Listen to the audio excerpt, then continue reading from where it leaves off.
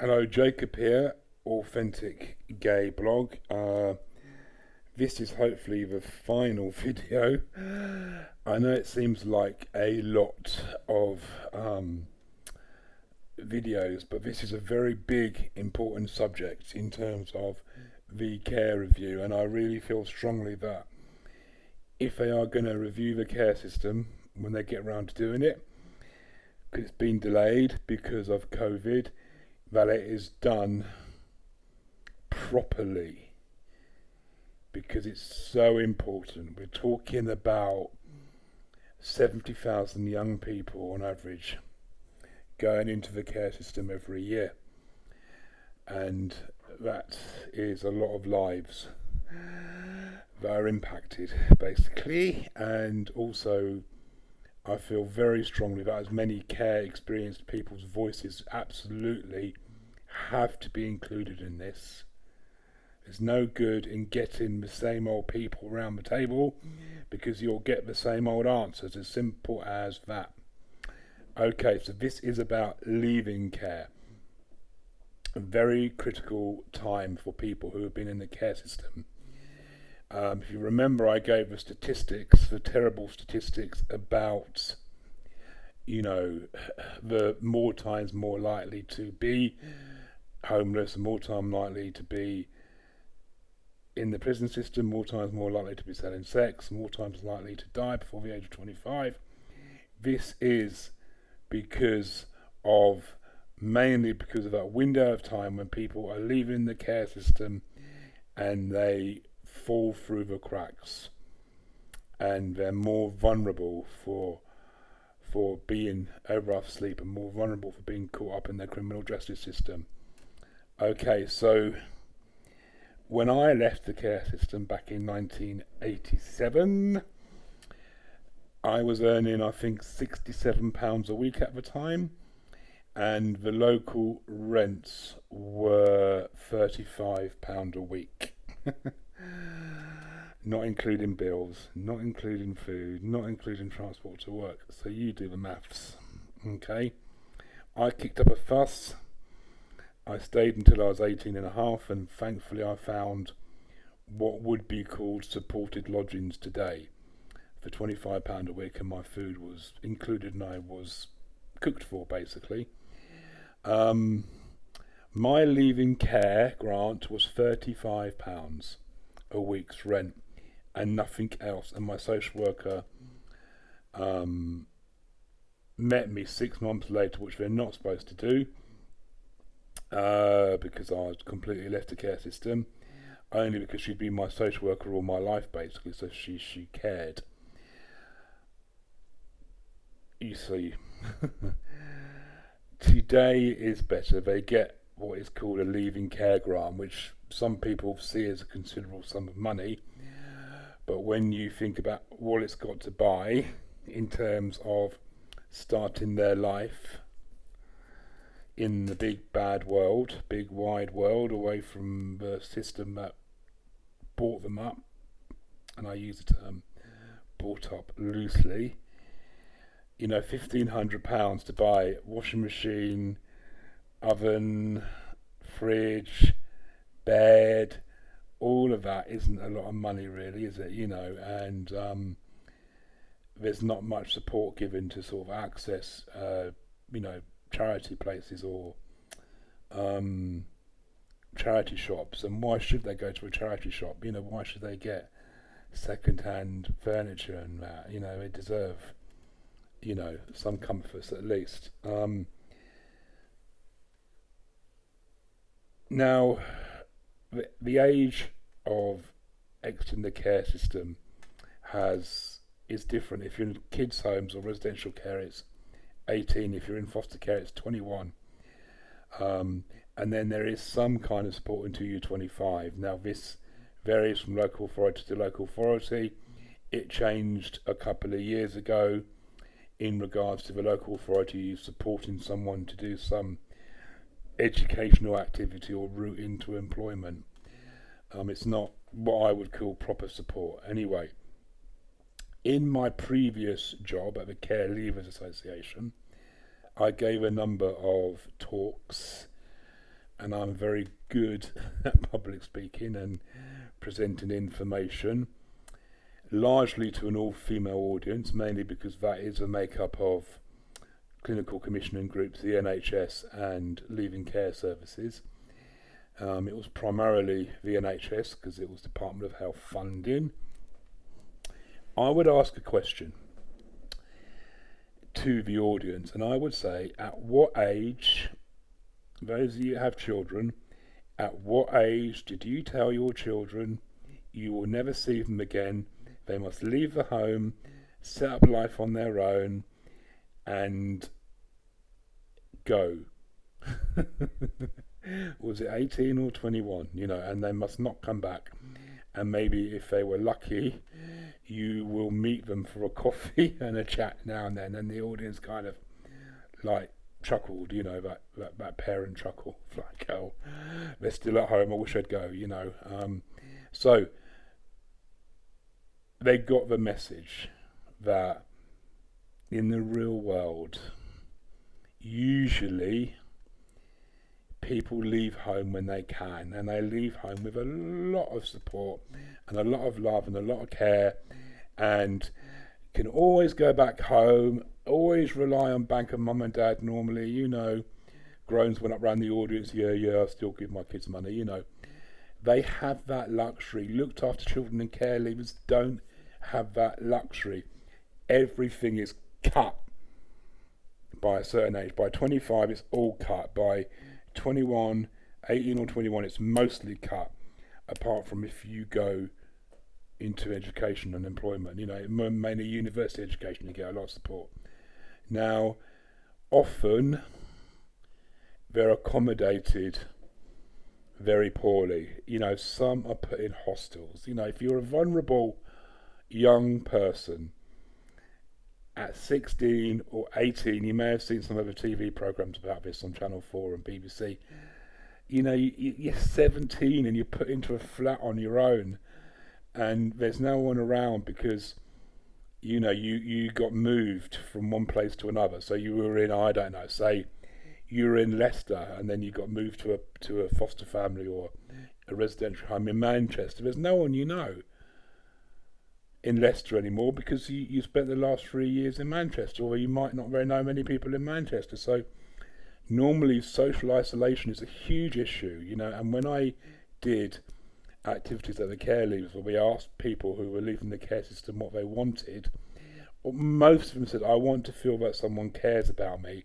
I want to feel loved, because when they're put out there on their own, there's no one coming round to check on them or look after them or see how they are doing. No one to do that kind of thing that mum or dad would do if they were living at home.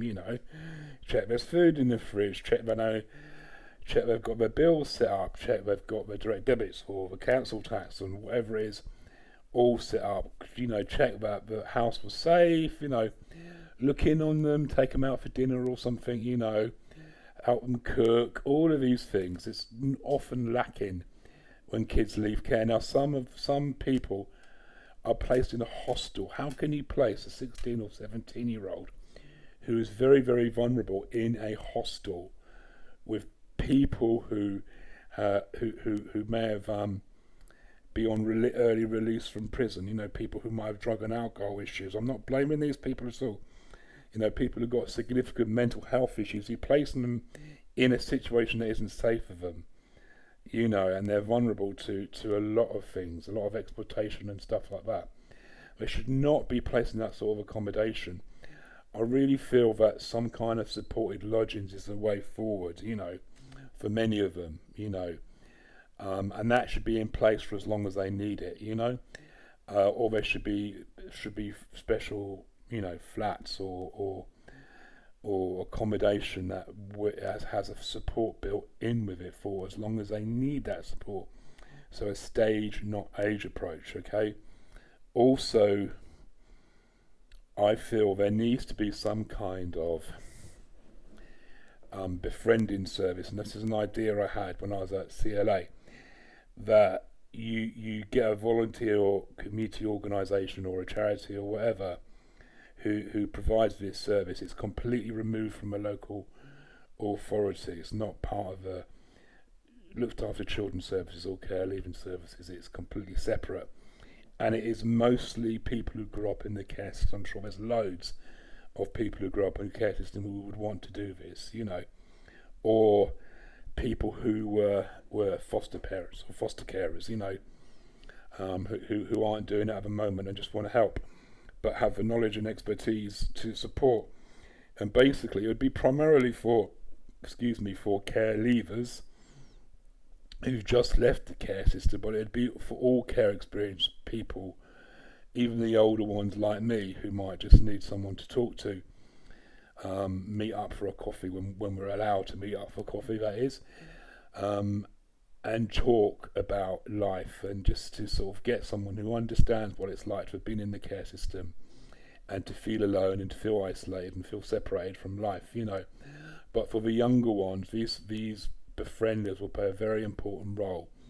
They will really support the young person as much as they can. So it's up to the young person. It could be they just want to go for a pizza and a chat on a Saturday afternoon, or they might want to go to the park or do an activity together, but the person will come into their life, they'd come into their accommodation, their flat, or whatever it was, and be of support to them, whatever that support might be, to help them feel less isolated and alone in the world, and help them to build up a network and build up skills and build up confidence in themselves, so they don't feel completely isolated and alone and separate from society, and it will give them someone to talk to who knows what it's like, because they've been there, and they can share their expertise, help them, encourage them, take them to the supermarket to do food shopping and all that kind of thing, which is often lacking because, leaving care services are overwhelmed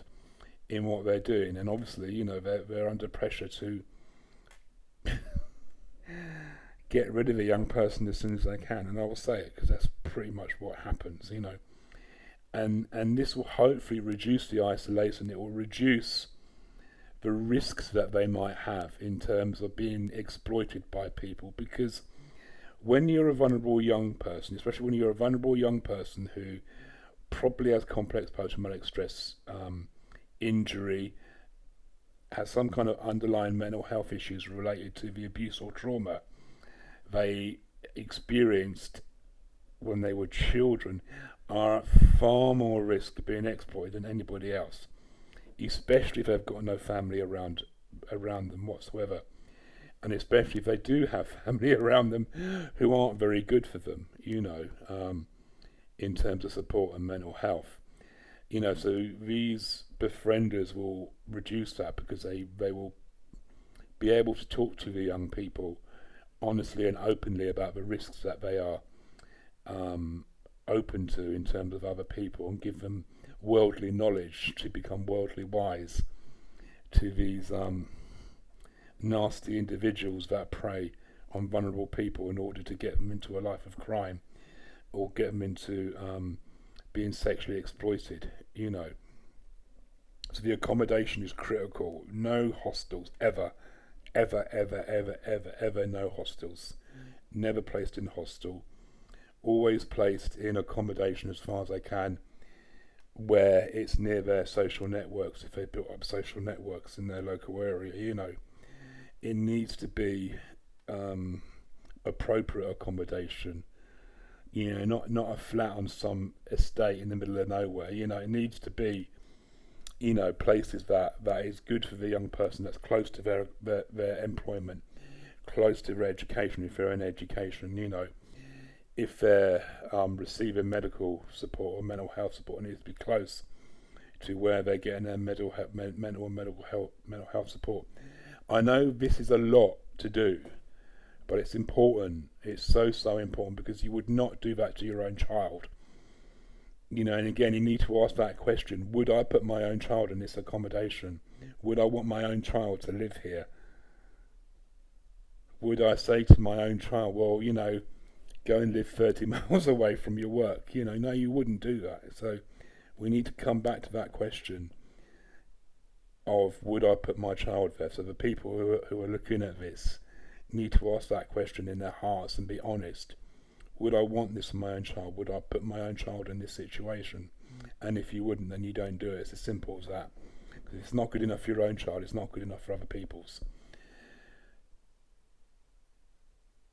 The grants, I think, perhaps need to be more money, but staggered over a period of time, or you need to work with, the providers of the white goods, the ovens, the TVs, the sofas, the beds, maybe IKEA or whoever, I don't know, to get a hugely discounted price for the young people so that the money goes a lot further. You need to have a stage, not age approach, so the young person leaves when they're ready to leave and not sooner, and they're supported to be in that right place, and not put under pressure, which is often the case when they're put under pressure to leave at a certain point in time. And obviously there needs to be the work around learning independence needs to be completely there as well, and committed to in terms of supporting the young person. I have seen a few TV programs around this, one in particular. I remember this lad, and when he was so vulnerable, he was so immature, and I'm like, there's no way he's going to survive on his own in a little flat, kicking around, not knowing what to do with himself, and feeling isolated and vulnerable and alone. It broke my heart, it really did, and that is not what we deserve. It's not what the young people in the care system deserve. They deserve to have the best start in life they possibly can have, in order to be, as successful as they possibly can be, because the odds are stacked against them in some ways already, and we need to reduce that completely. Thank you.